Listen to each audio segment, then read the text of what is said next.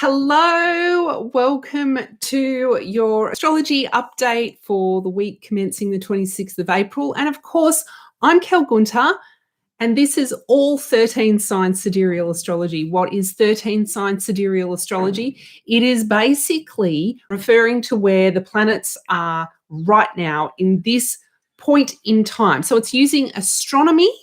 It's using the science of astronomy, and then we look at the archetypal energy and the quality and how we can use that in our life to shift from worry and confusion into perhaps feeling freedom, feeling fun, excitement, joy, love, connecting on a deeper level, and really finding what it is that we want to do this lifetime from a soul and heart-led perspective. And that's what astrology can help us do. So let's get into what's happening this week. Now, today I'm trying something new. I'm going live on 2 different platforms at the same time. This is what Virgo Kelly does. She'll try and multitask. So I'm currently live on Instagram and I'm currently live on YouTube.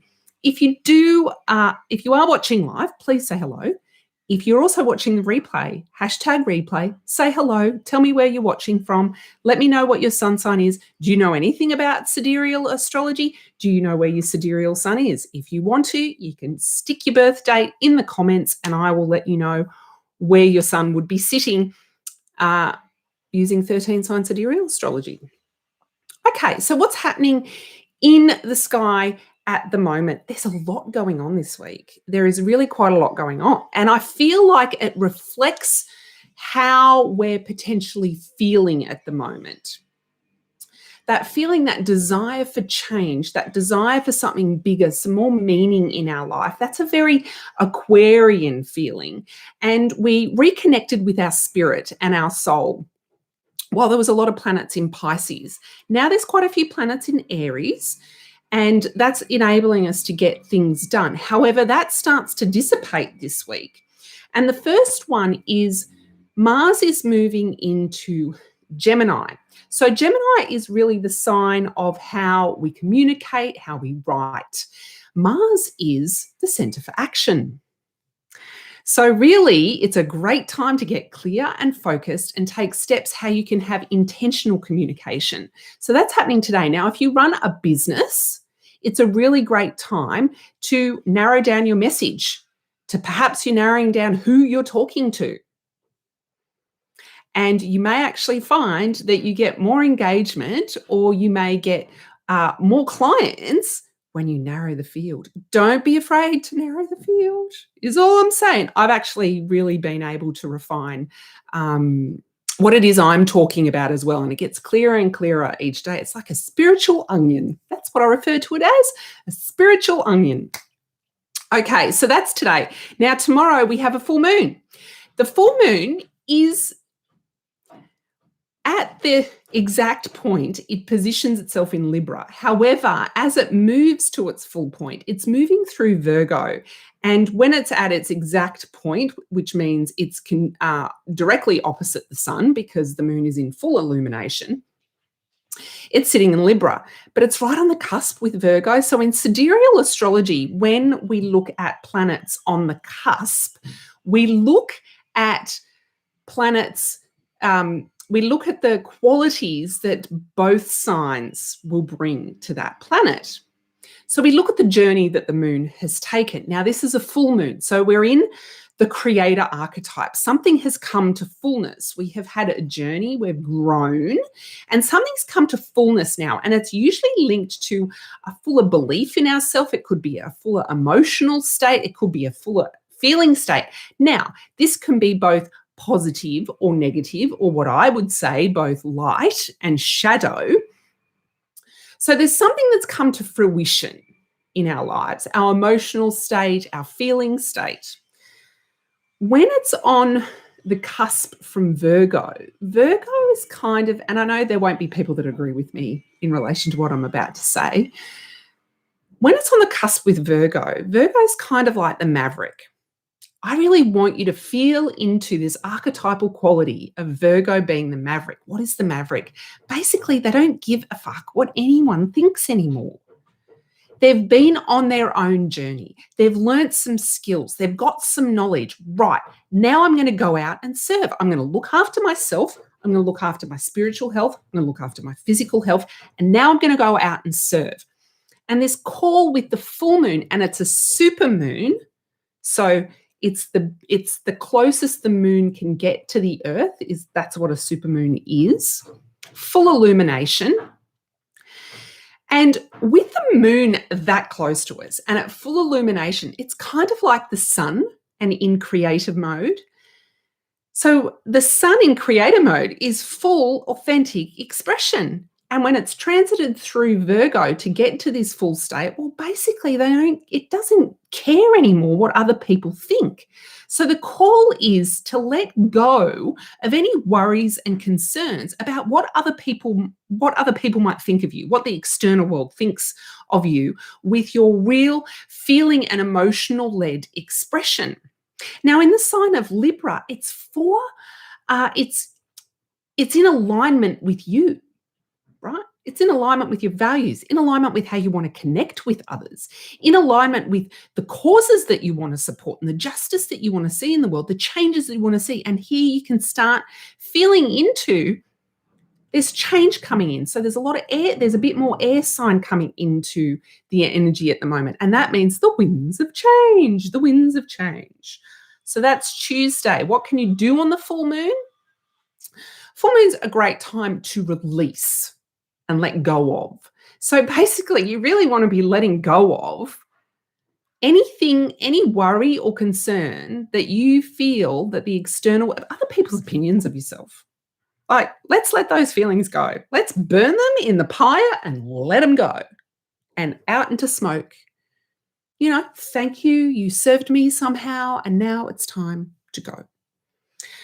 Okay, Wednesday, we start to see one planet start to go retrograde. Now, we've had quite an extended period of time where we haven't had any planets retrograding. And now we get the slowest moving dwarf planet, celestial body, Pluto, starting to move backwards.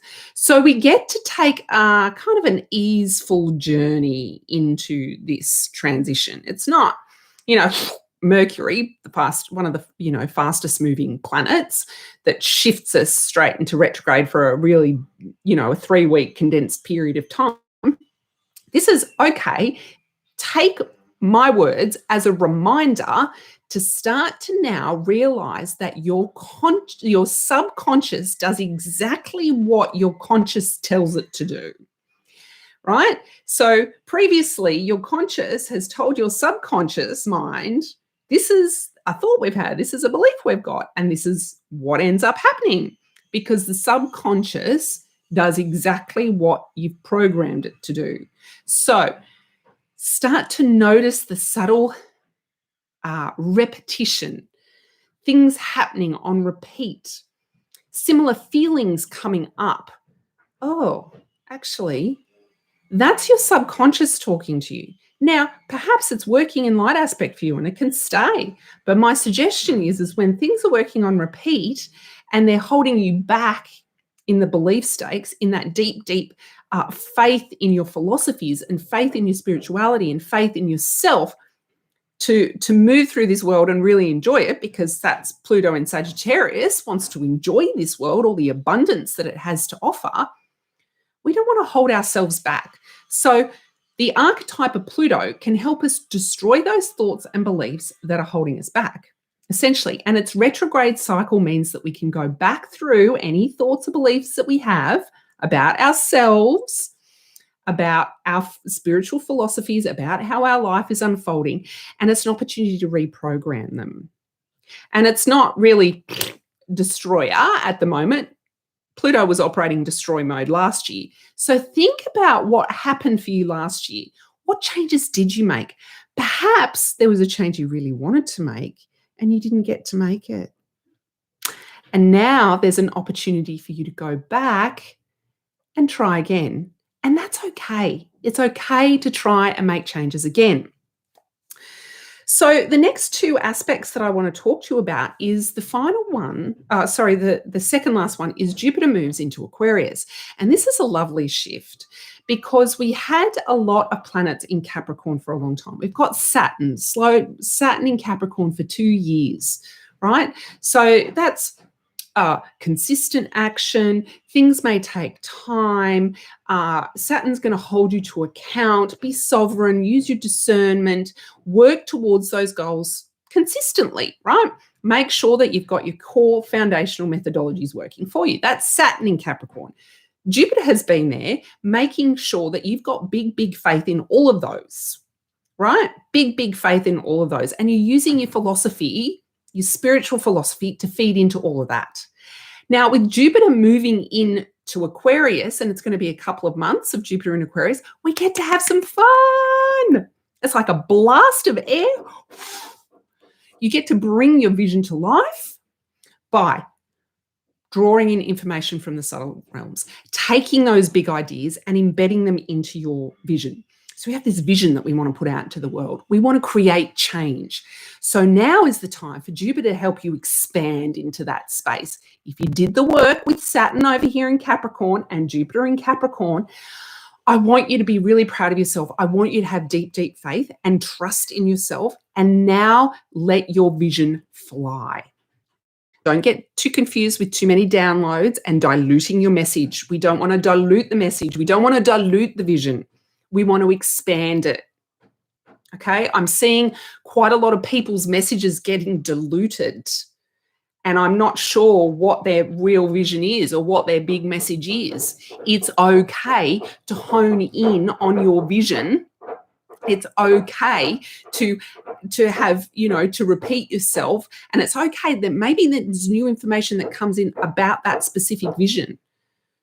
It's okay that it starts to streamline itself and you start to be seen. That's really what Aquarius and Jupiter, they want to be seen as expansive and abundance, having fun, and you get to have fun while bringing change and your vision to life. So that's Jupiter in Aquarius, and that, of course, is going to unfold over the next couple of months. The last aspect I want to talk about this week is happening on Sunday, and that's Pluto trine. Actually, no, I've got two more. The first one I want to talk about is on Saturday, and that's, I'm looking at my notes, and I'm sorry about the noise next door. There's nothing I can do about it. I was like, do I go live? No, I have to, because I have to go and get my kids in an hour. So I have to go live now, and we just have to deal with the noise. I'm sorry about that. Mercury moves into Taurus on Saturday. So Mercury is the mind, and Taurus is really our materialistic desires, but also our values. So our mind is logic, right? And it has sort of ideas about how we want to see our world unfold, what our values are. And that's all really good stuff. But it's when the mind takes over and starts really driving you to fulfill all these external material world pleasures that you can get frenetic. The mind can get frenetic. You can feel frenetic. You're not having fun fulfilling all these things. So there is an opportunity because the Earth, because Mercury is moving into Taurus, which is an Earth sign, there is this idea of you can sort of slow down a bit and connect back in with the Earth. And you can start to use meditation. You can start to use breath work to calm yourself down, to bring yourself back into a calmer state of mind, and then start to see how you want your desires to show up in the physical realm. Are you a minimalist? Does it bring you great joy to just have really, really beautiful things that you use on the regular, right? Or are you a bit more eclectic? But it's that idea of calming and really focusing down before we start to go, okay, this is going to come into my material possession. And that sense of calm, as we use the Jupiter in Aquarius energy and as we use that Pluto retrograde energy, that sense of calm will still us, and it allows, it really helps us move any worries or confusions out. So meditation and breath work are two tools that you can use starting this week. Build yourself a little habit and it will help, right? Okay, last one. This is definitely the last one. All right, so Sunday, Pluto is trine Mercury that I just talked about. And Pluto, retrograde, Mercury now in Taurus, but trine is this flowing energy, right? So there is now this easeful sense of, okay, I can shift my beliefs around how I want the physical realm to look and how I use my mental capacity in an earth-based plane sort of thing, right? We're not talking higher mind stuff. We're talking using your skills here on planet Earth. And it's starting to be this flow state. I have a greater trust in myself. I have a greater faith in myself to be able to talk, to be able to be the teacher, to be able to share my message. And it starts to be really grounded on our values. And then what ends up happening is if you start to act from that space, your reality starts to turn up how you desire it and based on your values. So there's another tool that you can use is reconnecting with your values on a regular basis and deciding whether what it is you're going to say or what it is you're going to do, or perhaps it's something you're going to buy and bring into your life. Does that fit in with my values? Is that really going to give me the joy that I think it's going to give me? And is that really connected to how I want to see the rest of the world, the vision that I want for the rest of the world? So that is the celestial update for this week. And I know it's a lot of information to take in approximately 15 minutes. So if you would like to consume that information with a lot more time and a lot more space for your mind to process it on a daily basis with prompts for journaling or actions, come and join Sidereal Stars. Now, that's my free Facebook group. The link to join is in my bio on Instagram, or it's below on the YouTube video. Just ask to join and I'll let you in. Each day, I provide more details on the celestial energies that I just went over very quickly. Now, if you are watching this on Instagram and you do want to watch it a little bit faster, even though I feel like I talk very fast, you can go onto YouTube and watch it and put me on fast forward if you want to consume it a little bit quicker. So I have options for consuming my content. But that's it from me, and I hope you have a beautiful week, and I really, really hope to see all your visions shining out into the world. You beautiful, beautiful celestial alchemists. Bye.